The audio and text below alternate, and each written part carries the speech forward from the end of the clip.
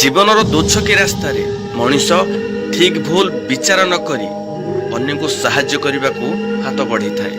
भाई जदि भूल कही थाए तो क्षमा करेंगे, जदि ठीक लगे निश्चय कमेंट माध्यम जणाइबे। कौन सी प्रतियोगिता हेउ कि जीवनर युद्ध हेउ, जितिबा हारिबा केवल निजर भावना उपरे निर्भर करि थाए।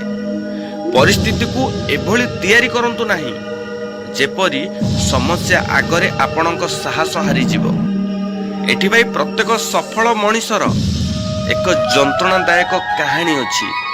निज जंत्रणा को निजे सहिबा शिखंतु, आउ सफलता पाइबा पाई प्रस्तुत होई रुहंतु।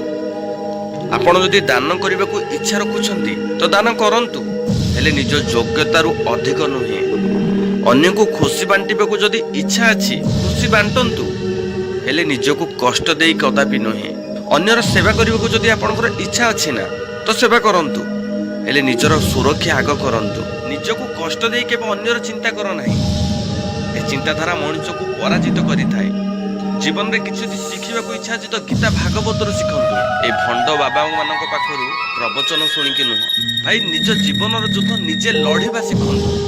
ए दुनिया रे निजर बोली कहीं नहीं, जदि कहीं अच्छी जन्म कर बापा माँ को छाड़देले केवल भगवान ही साक्षी।